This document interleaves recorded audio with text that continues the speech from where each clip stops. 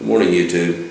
I wanted to say a few words about the school shooting in Connecticut. First and foremost, like everyone else, my thoughts and prayers go out to the families of the victims. I can't even imagine what these folks are going through, especially the parents of the young children. As a father, I can't imagine anything more horrible than losing a child. And it's going to take a long time for these folks to heal, if they ever can heal. And I hope that the media especially, I hope that the media allows these people the time to mourn and to heal and to try to come to grips with what has happened in their lives. And everyone just keep those folks in your thoughts and prayers as we move forward. And this thing is being politicized already. It didn't take long for it to start. Almost immediately, the anti-gun lobby started coming out and calling for assault weapons bans and, bans on all firearms and things like this. And I think it's important for us to understand that bad people are going to do bad things, and they'll use whatever tools they can get their hands on to do that. On the very day that 26 people were killed in Connecticut, 20 children were slashed with a knife in China.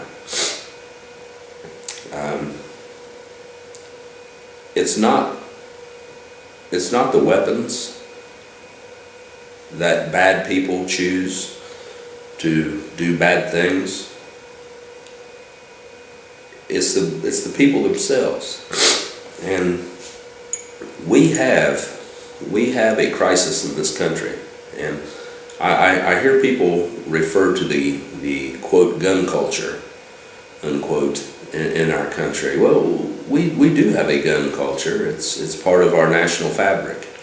It's in our Constitution. The Second Amendment to the Constitution guarantees us the right to keep and bear arms, guarantees the people the right to keep and bear arms. So there is a gun culture here. Americans, more than any people on earth, love guns. This country was won by the gun. We don't like to think of that now. We like to whitewash our history, but this country was won at the end at the end of a barrel of a gun. That's exactly how it was won, and I feel like that's how this country will be kept. Now, the Second Amendment, and you'll hear a lot of the anti-gun crowd will throw things out like here's a classic one. Why do you need semi-automatic weapons, or as they call them, assault weapons? Why do you need assault weapons? What's the purpose of this? You don't need those to hunt deer. Well, the Second Amendment isn't about hunting deer. You don't have a right to hunt. You have a privilege to hunt. The Constitution doesn't guarantee you a right to hunt or to go to the shooting range. That's not what the Second Amendment is all about. The Second Amendment is about defending your family from those who would do them harm, and most importantly of all, from defending the American people from the federal government.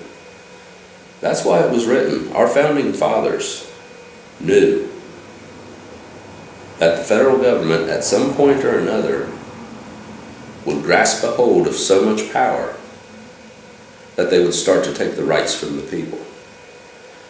And only by the people, being the largest army in the land, can those rights successfully be defended. Now, all the tragedies in the world cannot be allowed to justify losing our constitutional rights. We can't go down that path. I've been very sick for about 3 days, so excuse the the congestion and the coughing and whatever else I may be doing. I'm having my coffee this morning. It's helping clear things up. Anyone who knows me knows I love my coffee, but I digress.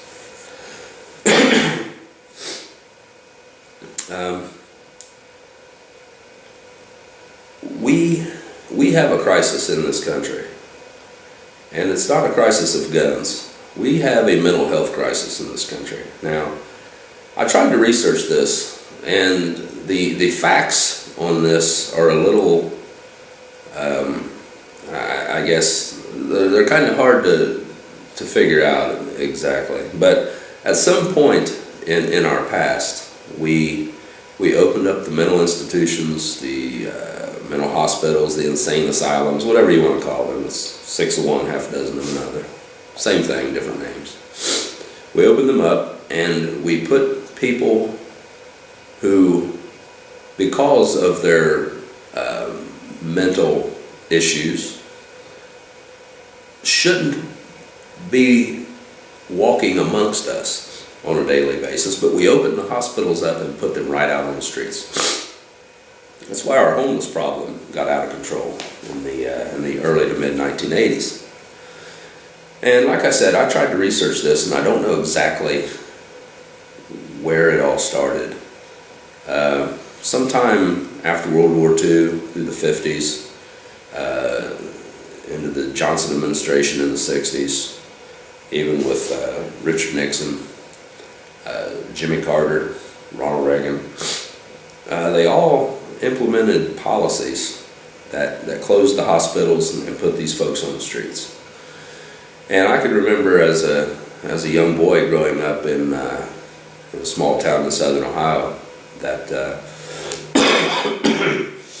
excuse me.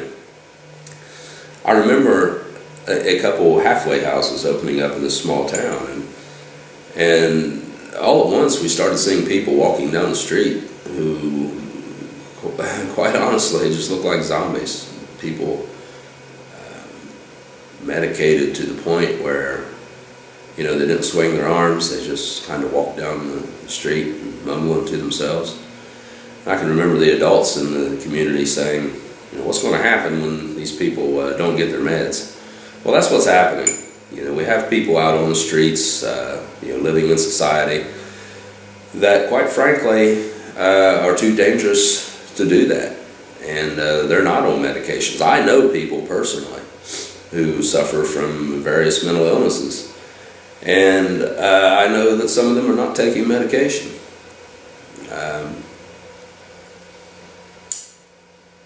So when you have this element out there, uncontrolled, no one watching them, no one taking care of them,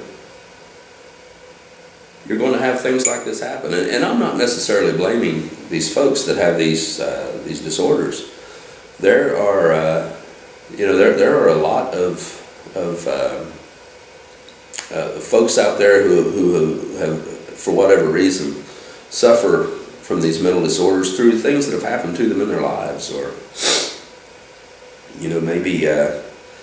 maybe from the time of their birth, and they deserve to be treated for these things, for these disorders.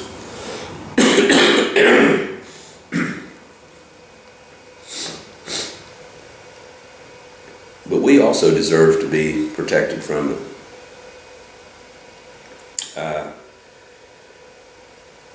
But in the next few days, weeks, months, you're going to hear the debate will focus almost entirely on the guns. And what are we going to do about the gun problem? And the mental health problem will be ignored. So we need to fight back. If you believe in the United States Constitution, if you believe in the Second Amendment, then you need to stand up.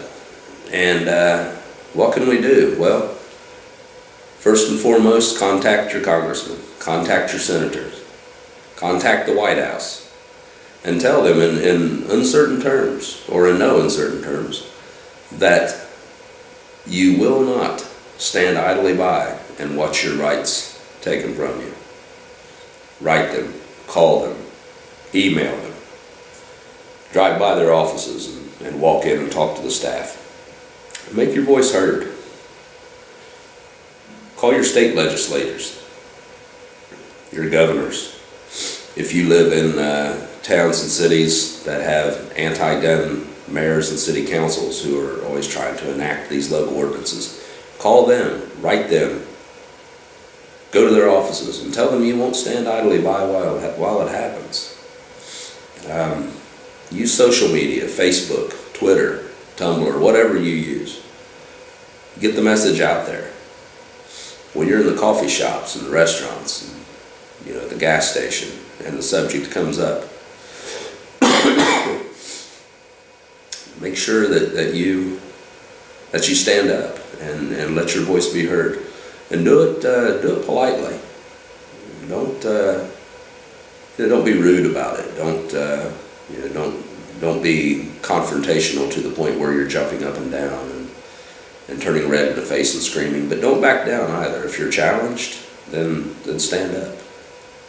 Okay? It's very important that we do these things. Write the newspapers. Write letters to the editor.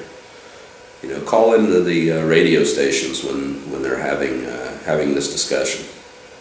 Let your voice be heard. Exercise all of your gun rights. If you don't have a concealed carry license, get one. If you don't have a hunting license, get one. If you don't belong to your local sportsman's club or gun club, join it. Join the national organizations. If you're not an NRA member or a Gun Owners of America member, they're all good. Join one or more. And just stand up. And don't let your rights be taken. Because unfortunately, we have a federal government out there that they're in business for themselves by and large. We have a few allies here and there, but some of those allies are only our allies because they fear what will happen at the ballot box. So you need to let them know that you will vote them out of office should they sponsor or support any legislation to take your rights away. And that's all I want to say about it right now. Hopefully I get to feeling better here in the next day or so, and where I can actually talk without coughing and snorting and making all kinds of noises. So I'll be back then. But until then, take care, and just remember, support your Second Amendment.